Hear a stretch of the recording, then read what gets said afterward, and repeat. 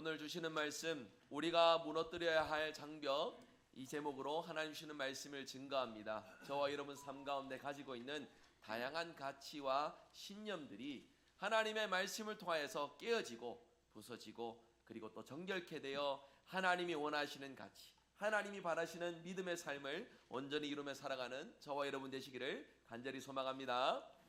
여러분, 우리는 각자가 살아오면서 경험하고 각자가 살아오면서 깨닫게 되는 그러한 삶의 가치들을 가지며 살아갑니다.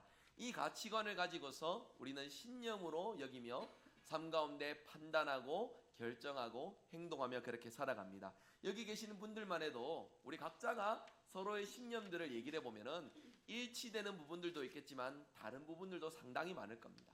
100명 넘게 있으니 100명의 가치관이 서로 각자 존재한다 싶으면은 다양한 주제들에 통일될 수도 있고 서로 함께 이제 수용할 수 있는 부분들도 있겠지만 각자가 가지고 있는 기준으로서 대립하고 또 나뉘어지고 또 갈라지는 그런 경우들도 생기게 될 것이에요. 여기서 중요한 거는요, 우리 모두가 각자의 신념과 가치를 가질 수 있습니다. 하지만 문제는 그러한 신념과 가치가 아무리 좋다 할지라도, 아무리 명분을 가지고 있다 할지라도 방법이 좋지 않으면은, 그 신념과 가치를 구현하는 방법이 좋지 못하면은 그것이 사회의 악으로서, 분쟁의 요소로서, 갈등의 주제로서 자리매김할 수 있다라는 것입니다. 많은 사람들을 괴롭히는 수단이 될 것이고, 그리고 또 폭력을 정당화하는 명분으로서 이루어질 수도 있습니다. 또한 자기 자신의 발전이나 개발을 가로막는 그러한 편견, 아집, 고집이 되어버릴 수도 있다라는 것이에요. 오늘 말씀해 보니까 그런 상황이 등장합니다. 오늘 말씀에 나오는 사람들은, 이 예수님을 제외한 지역 사람들은 지역, 출신, 성분이라는 편견을 가지고서 예수님을 대하고 바라봤습니다. 그래서 예수님의 가르치심에, 예수님이 행한 그 이적에 놀라기는 했지만 그들이 가지고 있는 이 신념과 편견으로 참된 구원자 되시고 메시아 되신 예수님을 제대로 바라보지, 깨닫지 못했다는 사실을 우리에게 보여주고 있다는 것이에요. 한마디로 이거죠. 아니, 나사렛에서 무슨 선한 게 나온다고, 아니 목수의 자식이 뭐 그래 대단한 일을 한다고, 딱 이러한 편견으로서 예수님을 바라보니까 예수님의 말씀과 예수님이 행하신 그 이적도 어떤 것도 마음에 받아들이지 못하는 안타까운 모습을 보여주고 있다라는 것입니다. 뿐만 아닙니다. 그들의 마음에, 그들이 가지고 있는 이 편견과 아집에 예수님의 말과 행동이 일치하지 못하니 예수님을 죽이려고 드는 그런 모습까지 서슴지 않고 있습니다. 누가는 이 사건을 누가복음 초반부에 기록을 함으로써 예수님 공생의 사역의 서두에 일부러 이 사건을 배치하여 앞으로 펼쳐지는 예수님의 사역에 배척과 핍박이 계속해서 이루어질 것이란 것을 나타내 보여주고 있습니다. 또한 이 말씀을 기록함으로써 우리의 신앙을 방해하는 편견을 무너뜨리고 예수 그리스도를 구원자, 우리의 삶의 참주인으로 모시고 살아가는 은혜를 이 말씀의 사건 속에서 깨닫기를 원하고 있다라는 것입니다. 그렇게 이제 이 말씀을 살펴보며 어떻게 하면은 이 말씀을 통하여 우리가 편견을 깨뜨리고 예수님을 통하여서 구원의 은혜를 누리며 살지, 우리가 말씀 속에 세 가지 분명한 교훈을 가지고 말씀을 함께 살펴보고자 합니다. 어떻게 하면 편견을 깨뜨릴 수 있을까? 먼저 첫 번째입니다. 말씀이 반드시 성취된다라는 믿음을 가질 때에 우리의 편견을 뛰어넘을 수 있음을 기억하시기를 바랍니다. 오늘 말씀 21절 한번 같이 한번 읽어봅니다. 21절 함께 읽습니다. 이에 예수께서 그들에게 말씀하시되 이 글이 오늘 너희 귀에 응하였느니라 하시니. 아멘. 이 말씀은 예수님이 안식일에 회당에 들어가셔서 말씀을 읽고 가르치셨던 그 내용을 이제 보여주고 있습니다. 16절에 예수님이 늘 하시던 대로, 즉 습관을 따라 회당에 가셔서 말씀을 읽고 강론하셨음을 보여주게 됩니다. 예수님이 회당에서 하신 말씀은 오늘 읽진 않았지만 18절 19절의 말씀에 있는데요, 우리 화면 보시며 우리 함께 읽어보도록 하겠습니다. 누가복음 4장 18절 19절입니다. 주의 성령이 내게 임하였으니 이는 가난한 자에게 복음을 전하게 하시려고 내게 기름을 부으시고 나를 보내사 포로된 자에게 자유를, 눈먼 자에게 다시 보게 함을 전파하여 눌린 자를 자유롭게 하고 주의 은혜의 해를 전파하게 하려 하심이라 하였더라. 아멘. 당시 하나님의 말씀이 읽혀질 때 모든 사람들은 일어서서 말씀을 들었습니다. 그리고 말씀을 강론할 때, 설교 때는 다시 자리에 앉게 되었어요.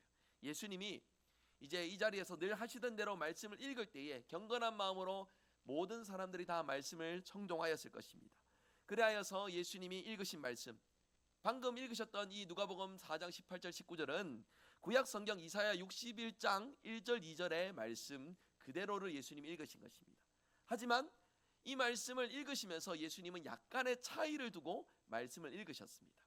히브리어 성경에는 갇힌 자에게 노임을 전파하여라고 이렇게 기록이 되어 있습니다. 하지만 예수님은 눈먼 자에게 다시 보게 함을 전파한다라고 이렇게 인용하시며 말씀하셨어요.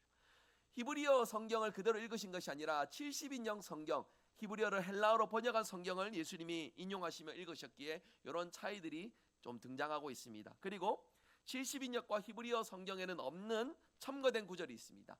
눌린 자를 자유롭게 하고, 눌린 자를 자유롭게 하였다라는 이 말씀은 이사야 58장 6절의 말씀을 인용하여 하신 말씀입니다. 그러니까 원래 있던 성경에 없는 표현들을 예수님이 사용하시면서 의도를 가지고 예수님께서 말씀을 가르치시고 강론하셨다라는 것을 보여주는 것이에요. 원래 이사야 61장의 말씀의 기록 목적은 이러합니다. 고난에 처하고 힘겹게 살아가는 하나님의 백성들에게 기쁨의 소식을 전하는 선지자의 메시지가 바로 이사야 61장의 메시지였습니다. 그런데 예수님은 이 말씀을 자신이 이뤄갈 메시아적인 사역을 위하여서 증언하는 말씀으로 자신을 중심으로 다시금 이 말씀을 강론하셨다라는 것입니다. 그렇게 예수님은 이 가르치시는 내용을 통하여 21절에 이 글이 오늘 너희에게 응하였다라고 이렇게 말씀하는 거예요. 이사야 61장의 이 약속이 오늘 예수 그리스도를 통하여서 성취되었다라고 주님이 말씀하고 계시는 것입니다. 여러분, 우리가 이 사건 속에서 주목하고 바라봐야 될 내용은 이것입니다. 예수님을 통하여서 하나님의 말씀이 전해지고 예수님을 통하여서 하나님의 말씀이 성취되었다라는 것을 우리가 함께 기억해야 됩니다. 이를 위해 우리가 마가복음 1장 15절 말씀을 함께 읽어보기를 원합니다. 함께 마가복음 1장 15절 말씀 읽습니다. 이르시되 때가 찼고 하나님의 나라가 가까이 왔으니 회개하고 복음을 믿으라 하시더라. 아멘. 예수님의 이 땅에 오심으로 구원의 날이 도래하였고요, 예수님이 이 땅에 오심으로 하나님의 말씀이 성취되었다라고 말씀하시니 이제 주님을 통하여서 온전히 회개하고 복음을 믿고 하나님의 자녀됨을 누릴 것을 예수님이 증거하고 계시다는 것입니다. 로마서 10장 17절은 우리에게 이렇게 말씀합니다. 그러므로 믿음은 들음에서 나며 들음은 그리스도의 말씀으로 말미암았느니라 말씀합니다. 여러분, 예수님의 말씀을 들음으로 우리의 생명이 살아나고 우리의 심령이 새롭게 되고 말씀을 붙듦으로 주님의 뜻을 이루어가시는 일에 저와 여러분의 삶이 온전한 경험과 온전한 믿음의 길로 나아가시는 복된 삶이 되시기를 주님의 이름으로 축복합니다. 하나님의 말씀은 살아있습니다. 히브리서 4장 12절 말씀에 뭐라고 증거합니까? 하나님의 말씀은 살아있고 활력이 있어. 오늘도 이 말씀은 우리에게 힘과 능력이 됩니다. 우리가 믿음으로 살아갈 수 있는 유일한 근거가 되며 우리가 이 땅 가운데 믿음으로 승리할 수 있는 유일한 사실, 유일한 근거가 된다는 이 사실을 저와 여러분 믿으시기를 간절히 소망합니다. 중요한 것은 무엇입니까? 말씀을 들을 때 우리의 영혼이 살아난다는 거예요. 말씀을 들을 때 우리의 심령이 깨어나고 말씀을 들을 때에 우리 속에 믿음이 굳건해지고 말씀을 통하여서 세상 가운데 수많은 문제와 어려움들과 맞서 싸워 이길 수 있는 힘과 능력을 공급받게 된다라는 것입니다. 여러분, 이 말씀 속에서 우리가 붙들고 있는 신념, 우리가 살아가면서 경험하며 쌓아왔는 우리의 수많은 가치들, 이 모든 것들이 뒷걸음질지 하고 하나님의 말씀을 기준으로 하나님이 원하시는 믿음의 삶을 감당하며 살아가시는 저와 여러분 되시기를 간절히 소망합니다. 여러분, 이 말씀 속에 우리의 영혼이 살아나고 세상을 감당할 수 있는 힘과 능력을 공급받게 됩니다. 이 믿음으로 저와 여러분 온전히 살아가기를 원합니다. 하나님은 여러분 이 사실을 분명히 기억하시면 좋겠습니다. 신앙생활 오래 하시면 오래 하다 보면은 말씀에 대한 지식이 쌓이기 마련이에요. 예배를 드리고 성경을 읽고 수많은 말씀을 듣는 자리, 배우는 자리 있다 보면은 자연스럽게 말씀의 지식이 우리 가운데 쌓여가기 마련입니다. 하지만 잘 기억하십시오. 지식이 우리를 변화시키지 않습니다. 말씀에 대한 지혜가, 이 말씀을 아는 지식이, 우리가 기억하는 그 사실이 우리를 변화시키질 않아요. 이 말씀을 믿음으로 들을 때에, 이 말씀이 반드시 이루어진다는 사실을 우리가 믿고 의지할 때에 이 말씀의 능력을 우리가 모두 함께 경험하게 된다는 사실을 항상 기억하시기를 바랍니다. 많이 아는 것으로서 우리의 믿음의 삶을 감당할 수 없습니다. 하나를 알더라도 분명한 이 믿음의 사실을 붙들고 의지하고 소망하는 영혼 가운데 말씀의 능력이 나타나고 우리의 편견이 깨뜨려지고 하나님이 원하시는 믿음의 삶을 감당케 되는 놀라운 역사가 나타나게 된다는 사실을 기억하셔서 오늘 들려지는 이 말씀 속에 믿음으로 하나님의 말씀을 받으시고 사모하시고 붙드시어 세상이 감당할 수 없는 능력의 성도로, 능력의 사람으로 거듭나는 저와 여러분 되시기를 간절히 소망합니다. 두 번째입니다. 우리가 편견을 깨뜨리기 위해서는요, 다시 한 번 더 강조합니다. 복음을 붙들 수 있어야 됩니다. 여러분, 오늘 읽었던 본문 22절 24절 한번 같이 보시도록 하겠습니다. 같이 읽습니다. 그들이 다 그를 증언하고 그 입으로 나오는 바 은혜로운 말을 놀랍게 여겨 이르되 이 사람이 요셉의 아들이 아니냐. 예수께서 그들에게 이르시되 너희가 반드시 의사야 너 자신을 고치라 하는 속담을 인용하여 내게 말하기를 들은 바 가버나움에서 행한 일을 내 고향 여기서도 행하라 하리라. 또 이르시되 내가 진실로 너희에게 이르노니 선지자가 고향에서는 환영을 받을 자가 없느니라. 아멘. 이 말씀이 뜻하는 바가 무엇입니까? 예수님의 권위 있는 말씀에, 예수님이 행하시는 능력에 놀라움을 금치 못하지만 지금 이 능력의 순간 가운데에도 예수님의 말씀이 선포되고 성취되는 그 자리 속에서도 그들이 가지고 있는 편견으로서 예수님의 말씀을 듣지 못합니다. 능력을 능력으로서 인정하고 바라보지 못합니다. 그러면서 뭐라고 수군거립니까? 야, 저 사람은 목수의 아들이 아니냐? 요셉의 아들 아니냐? 나사렛의 이 벽촌에 뭐 대단한 능력의 선지자가 나타나서 우리에게 능력을 행하겠느냐라고 수군거리면서 예수님이 행하셨던 말씀과 능력을 온전히 받아들이지 못하는 모습을 보여주고 있다는 것이에요. 이 사람들이 가지고 있는 지금 문제가 무엇입니까? 그들이 가지고 있던 편견. 야, 천하디 천한 목수 출신이 뭐 대단한 일을 한다고, 벽촌 중에 벽촌이니 나사렛 출신이 뭐 그렇게 능력의 일을 행한다라고 하는 이 편견을 붙들고서 예수님을 보니까 예수님의 능력이 온전히 그들 눈의 마음에 차지 않는 것이에요. 그들은 이 편견이라는 틀에서 예수님을 바라봤습니다. 그래서 예수님을 참 구원자로 여기지 못했다라는 사실이에요. 지연, 학연, 나이, 외모라는 정보로 사람을 판단하는 선입견을 만들어냈고 그 선입견으로 예수님을 바라보니까 도저히 예수님이 메시아로 보이지 않는다라는 것입니다. 여러분, 선입견이라는 거 그렇지 않습니까? 우리가 한번 이 선입견을 가지게 되면 쉽게 바뀌지 않습니다. 우리 머리에 마음에 탁 이제 자리 잡아서 이 선입견을 통하여서 우리가 처음 본 것 그대로 계속해서 사람을 보게 되고 상황을 보게 되고 판단하게 되고 하는 우리의 모습을 보게 됩니다. 여러분, 고향 사람들이 예수님께서 능력의 말씀을 전하시고 놀라운 일들을 행하셨다는 사실을 이제 깨달았지만은 이 사실에 놀라긴 했지만 그러면서도 편견을 끝까지 붙들고 있는 이 상황을 잘 기억하시길 바랍니다. 그래서 복음을 받아들이지 않으려고 했습니다. 하나님의 능력이 나타난데도 부정하였습니다. 믿지 않았습니다. 더군다나 예수님을 죽이려고 하는 일까지 서슴지 않고 있습니다. 이들이 들고 있는 이 편견은 상황을 있는 그대로 바라보지 못하게 하는 색안경이 되어서 내가 보고 싶은 대로, 내가 판단하고 싶은 대로 상황을 이끌어가는 동력이 되고 있다라는 것입니다. 여러분, 이 편견, 우리에게는 이런 부분들이 없는지 깊이 생각해 보기를 원합니다. 여러분, 분명한 것은요, 이 편견이 나의 신념으로서 긍정적인 작용을 하는 경우들도 있을지 모르겠지만 하나님의 말씀을 받는 일에 우리의 편견을 앞세우게 되면 말씀의 능력을 경험하지 못하게 됩니다. 지식은 쌓여가지만 하나님의 말씀의 능력과는 하나도 상관이 없는 무미건조한 삶으로서 살아가게 된다는 것이에요. 그렇기에 우리가 가지고 있는 이 편견, 말씀 앞에서 설 때에 말씀을 믿지 못하고 신뢰하지 못하는 우리의 이 편견은 신앙생활에 건강하지 못하게, 연약한 신앙생활을 하게 되는 방해의 요인이 된다라는 것입니다. 우리가 가지고 있는 이 편견의 확신, 세속적인 가치관에서 비롯되거나 나의 죄악된 심성에서 비롯된 것으로서 하나님의 능력을 믿지 못하게, 신뢰하지 못하게 만든다라는 것이에요. 그래서 우리는 이 편견을 넘어설 수 있어야 됩니다.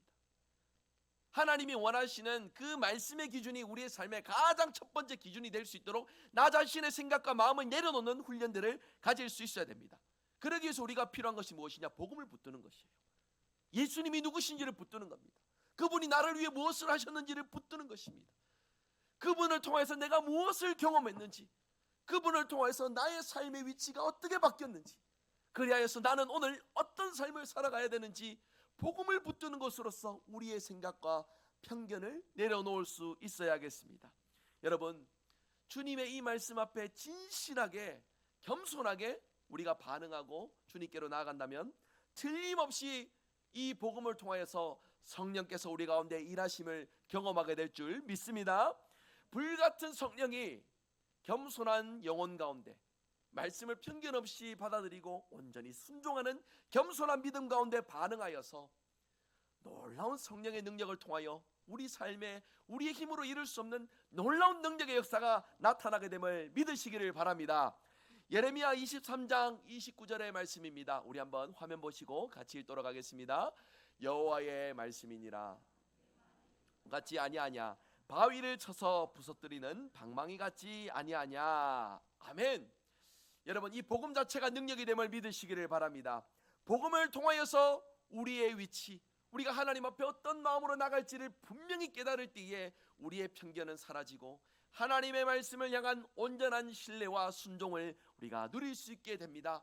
이 일에서 우리 인생의 수많은 편견과 아집과 고집들을 하나님께서 깨뜨리셔서 우리를 위대한 하나님의 사람으로, 하나님의 복음을 증명하고 증거하는 능력의 인생으로 우리를 사용하시는 줄 믿으시기를 바랍니다. 복음으로 깨어져야 합니다. 신앙생활 몇 년 했고 내가 어떤 일들을 감당했고 이것도 다 중요하지만 오늘 내가 복음 앞에 어떤 삶을 사는지가 더욱 중요합니다. 지금까지 믿음의 길을 열심히 달렸을지라도 오늘의 내 삶에 복음을 통하여서 예수님을 붙드는 것이 아니라 나의 생각과 나의 경험과 나의 판단을 의지하는 위치에 있다면 우리는 복음의 능력을 경험하지 못하는 무미건조한 삶을 살고 있다라는 것이에요. 여러분, 조심스럽게 말씀을 드려봅니다. 목회 데이터 연구소라는 것이 있어요. 설교자들을 위하여서 이 시대 가운데에 이제 성도들이 알아야 할, 교회가 알아야 할 어떤 통계나 어떤 자료들을 조사하는 그런 연구기관인데요. 저는 설교를 준비하면서 이 목회 데이터 연구소의 자료들을 많이 참고하는 편입니다. 이런 질문이 있습니다. 한국 교회가 왜 사회 속에 지탄의 대상이 되었을까? 여러분, 목회 데이터 연구소 통계에 따르면 한국에 있는 주요 종교들 중에 기독교가 신뢰도가 꼴찌예요. 심지어는 원불교보다 못합니다. 이런 현실을 우리가 지금 살아가고 있어요. 왜 사람들은 교회에 대해서 실망하고, 왜 사람들은 교회를 떠나고, 왜 사람들은 교회를 향해서 비판의 목소리를 높이는가? 여러분, 이런 사회 현상은 뭐 한 가지 요인으로서 일어나는 현상들은 아닐 겁니다. 여러 가지 요인이 있겠지만 그 중에 하나가 무엇이냐면 세상보다 더 세속적인 편견을 교회에서 붙들고 있기 때문에, 말씀의 기준이 아니라 말씀을 빙자한 세속적인 가치관을 교회 안에서 내려놓지 못하고 있기 때문에, 그래서 충돌이 일어나고, 그래서 정죄하게 되고, 그래서 분쟁이 일어나고, 그래서 두 마음으로 나뉘어지게 되고, 그래서 교회를 떠나가는 그러한 일들이 펼쳐지고 있다라고 조사 결과 이런 내용들이 나왔어요. 여러분, 우리가 같은 믿음으로 함께하고 있지만 우리의 신념이 다 다르다라는 것, 다를 수 있겠죠. 하지만 복음 안에서는 온전히 하나가 될 수 있어야 됩니다. 믿음의 관점은 하나여야만 합니다.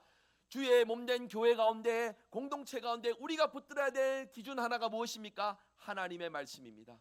하나님의 말씀보다 그 어떤 기준도 앞서서는 안 됩니다. 내 경험이, 내 생각이, 내 판단이 앞서는 것이 아니라 하나님이 오늘 우리에게 무엇을 말씀하시는지, 하나님이 오늘 우리에게 무엇을 원하시는지 이 기준을 붙드는 일에 힘쓰시는 저와 여러분 되시기를 간절히 소망합니다. 그럴 때 우리에게 능력의 역사가 나타납니다. 그럴 때 우리에게 말씀으로 새로워지는 귀한 일들이 일어나게 됩니다. 왜 시대가 가면 갈수록 말씀의 능력을 경험하는 일들이 점차 줄어들게 되느냐? 말씀을 지식으로는 다 알고 있지만 그 말씀 앞에 우리가 깨어지지 않기 때문에, 말씀은 말씀이고 내가 살아가는 삶의 자리는 그 말씀이 이루어지지 않는 환경처럼 우리가 그렇게 살아가고 있기 때문에 가면 갈수록 말씀의 능력을 경험하지 못하는 일들이 비일비재해져 간다라는 것입니다.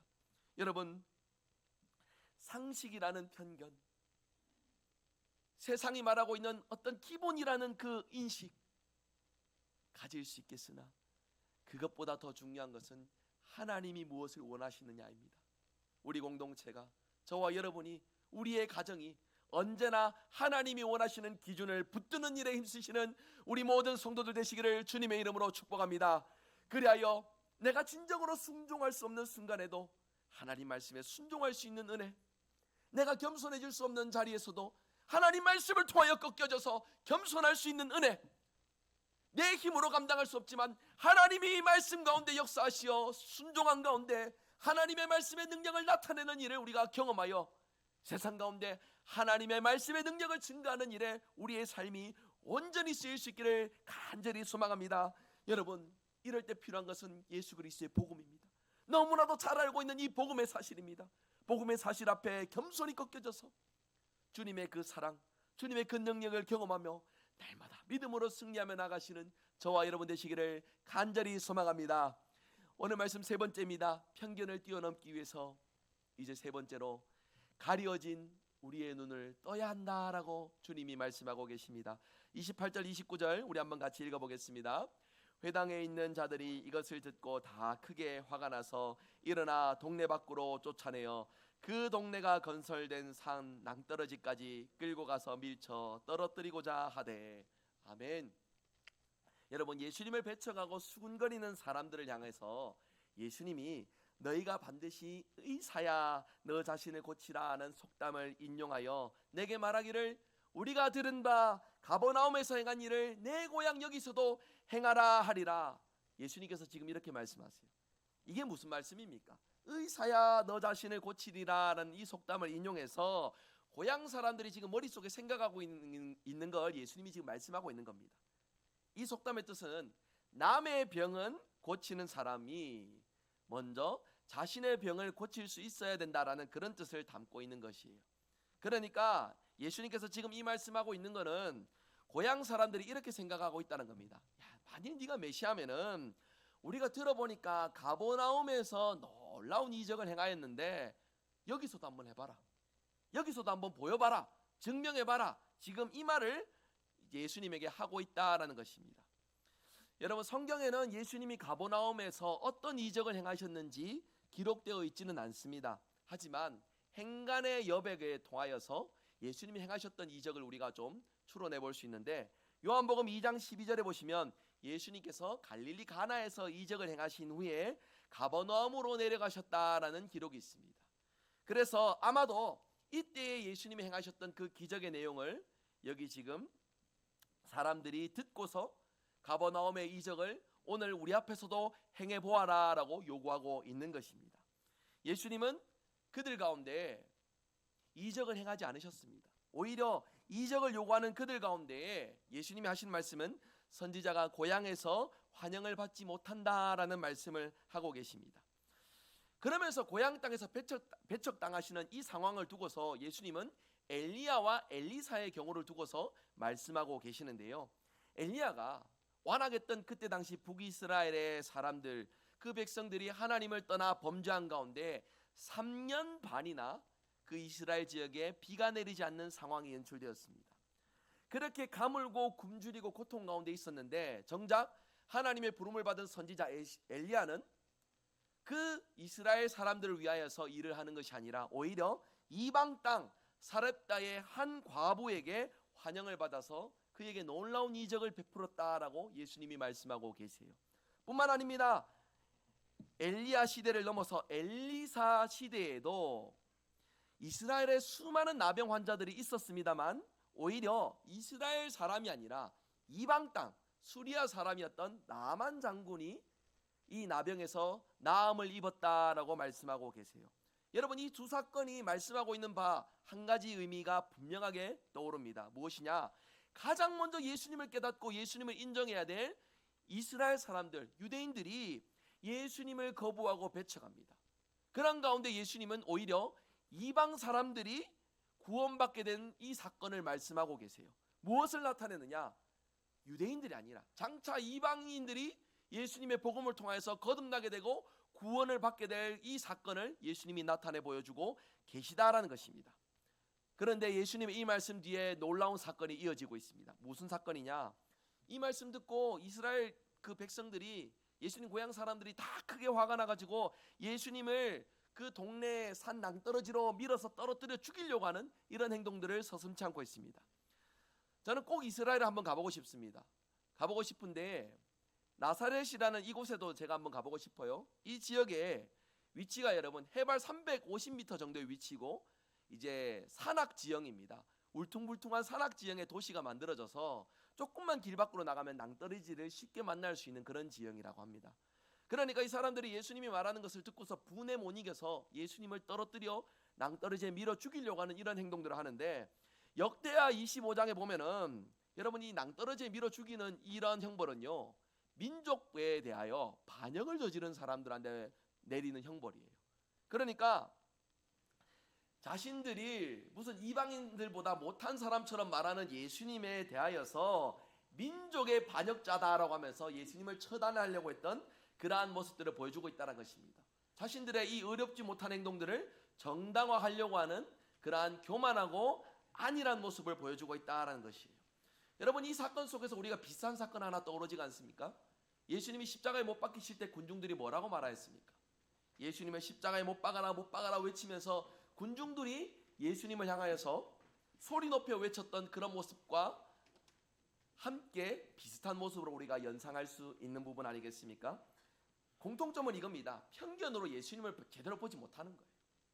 그들 가지고 있는 종교적인 신념, 그들 가지고 있는 어떤 율법적인 개념, 그들 가지고 있는 지역과 인종과 직업에 대한 편견을 내려놓지 못하고 눈이 가려워진 채 자기가 보고 싶은 것만, 듣고 싶은 것만, 자기가 생각하고 싶은 것만 철저하게 붙들고 있는 이 백성의 모습이라는 것입니다.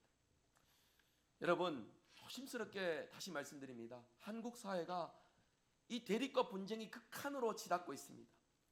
보수와 진보를 넘어 이제는 극우, 극좌, 수구, 좌빨 이런 말들로 서로가 서로를 죽일 듯이 달려드는 너무나도 위험천만한 이런 상황이 계속해서 연출되고 있습니다. 제가 여기에서 어떤 정치적인 견해를 말씀드리는 것이 아니라, 여러분, 우리는 먼저 그리스도인입니다. 하나님 나라 백성입니다.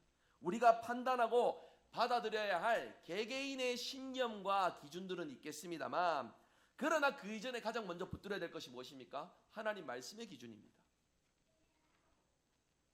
그리스도인은 자기 뜻과 다르다 해서 죽일 듯이 상대방을 배척하고 미워해서는 안 됩니다. 내 이웃을 내 몸과 같이 사랑하라 하신 말씀이 바로 우리 하나님의 말씀이에요.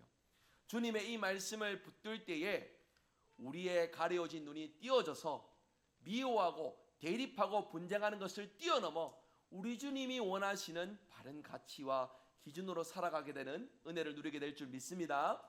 여러분, 아직 제가 이 시대 속에 다양한 상황들을 분별하고 판단할 그런 그릇은 못 된다라고 생각됩니다. 하지만 그런 중에도 분명한 사실은 한 가지가 있습니다. 미워하고 증오하고 분쟁을 일으키는 것이 그리스도인의 삶이 아니라, 미워할 수밖에 없고 분쟁을 할 수밖에 없고 다툴 수밖에 없는 속에서도 주님이 원하시는 사랑의 기준, 주님이 우리를 사랑하셨던 그 기준을 나타내 보이는 것이 저와 여러분이 감당해야 될 믿음의 삶임을 기억하시길 바랍니다. 그럴 때에 우리 속에 하나님이 원하시는 놀라운 은혜의 역사, 능력의 역사가 펼쳐지게 됩니다. 그 일을 우리가 어떻게 경험할 수 있느냐, 눈을 어떻게 뜰 수 있느냐, 한번 따라서 해보십시오. 아멘. 아멘. 하나님의 말씀을 아멘으로 받아들이고 철저히 순종하여 이 아멘으로 고백한 내 입술을 시작으로 내 삶의 모든 영역에서 아멘으로 하나님의 말씀을 붙들고 살아갈 때만 가능할 줄로 믿으시기를 바랍니다. 우리의 눈이 띄어지는 것은 우리가 깨달아서가 아닙니다. 하나님의 말씀을 붙들어 아멘으로 순종할 때에 아멘으로 고백했던 우리의 영혼과 입술의 고백이 우리의 삶에 일치되어서 믿음으로 살아갈 수 있도록 우리 주님이 동행하여 주시고 우리를 붙들어 주시고 이끌어 주실 때만 가능하다는 사실, 이 말씀을 기억하시어 아멘으로 말씀을 순종하여 말씀 속에 임하시는 하나님의 능력을 경험하게 되는 저와 여러분의 복된 삶이 되시기를 간절히 소망합니다. 말씀 맺겠습니다. 여러분, 누구나 다 편견 가지고 살아갑니다. 각자 다 자기 기준이 있습니다. 인생을 살아오면서 우리 기준 하나 없이 어떻게 우리가 살아갈 수 있습니까? 소신이 있고 기준이 있을 것입니다. 그러나 하나님의 말씀 앞에서는 꺾여질 수 있습니다. 내가 원하는, 내가 붙들고 경험했던 것들이 아니라 말씀이 우리에게 무엇을 원하시는지, 말씀을 통해 우리는 무엇을 깨달아야 되는지, 내 성향과 기질은 하나도 맞지 않지만 이 말씀 앞에 부름받아 구원받아 우리란다면 이 말씀을 어떻게 아멘으로 순종하고 이뤄갈지 고민하고 선택하고 누리며 살아갈 수 있어야 됩니다. 그러기 위해서 세 가지를 말씀드렸습니다. 성경 66권의 모든 말씀이 우리 삶 가운데 믿음으로 성취됨을 여러분 믿고 고백하며 살아가는 저와 여러분 되시길 바랍니다. 그리고 이 말씀 앞에 부름받은 우리 자신이 복음을 통해서 거듭나게 되고 복음을 통해서 믿음의 사람으로 살아가게 됨을 다시 한 번 더 고백하시길 바랍니다. 이러한 삶을 누릴 때에 우리의 눈이 뜨여지게 됩니다. 편견이 깨어지고 내 속에 붙들고 있는 신념과 가치가 녹아내려져서 아멘으로 순종한 끝에 하나님이 원하시는 말씀의 가치가 우리 삶에 구현되게 됩니다. 여러분, 이러한 말씀의 은혜를 저와 여러분 삶 가운데 온전히 경험하며 살아가는 저와 여러분 되시길 바랍니다. 말씀의 능력이 가면 갈수록 상실되어가는 시대입니다. 이 메마르고 황폐한 시대 속에 말씀에 순종하여 복음 앞에 꺾여져서 말씀의 능력을 삶으로 증명하는 일에 저와 여러분의 삶이 복되게 쓰임받기를 주 예수 그리스도 이름으로 축복합니다. 아멘. 우리 함께 이 말씀 기억하며 다짐하며 힘차게 찬송하겠습니다. 546장입니다. 주님 약속하신 말씀 위에서 우리 함께 박수 치시며 기쁨으로 찬송하겠습니다.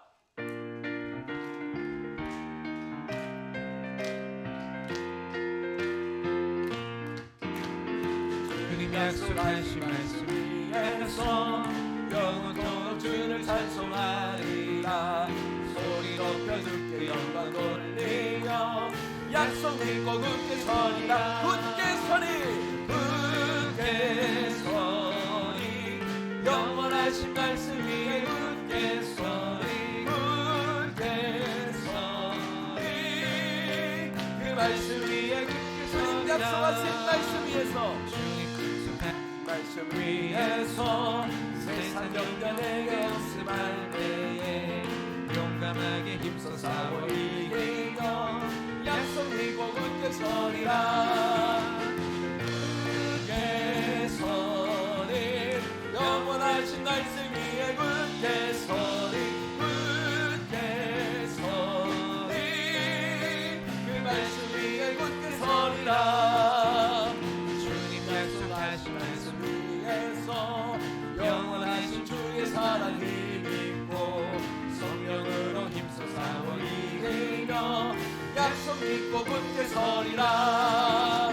굳게 서리. 영원하신 말씀 위에 굳게 서리. 굳게 서리. 그 말씀 위에 굳게 서리라. 주님 약속하신 말씀 위에서 성령 인도하는 대로 행하며 주님 품에 항상 안식어들며 약속 믿고 굳게 서리. 굳게 서리, 굳게 서리. 영원하신 말씀 위에 굳게 서리. 굳게 서리. 그 말씀 위에 굳게 서리라. 우리 이 시간 받은 말씀 기억하시며 합심하여 간절하게 기도하기 원합니다. 말씀이 내 속에서 능력으로 역사하고 성취된다는 분명한 믿음으로 오늘을 살게 하옵소서. 복음으로 예수 그리스도를 우리의 삶의 주인으로 여기지 못하게 하는 하나님, 불신앙적인 편견과 장애물들을 주여 복음으로 깨 부숴 주시옵소서. 생명의 말씀을 붙들어 우리의 가려진 눈이 뜨여지게 하여 주시옵고 수용과 영접을 경험하는 은혜의 삶을 누리게 하여 주시옵소서. 우리 받은 말씀 기억하며 합심하여 간절하게 통성으로 기도하겠습니다. 기도합니다.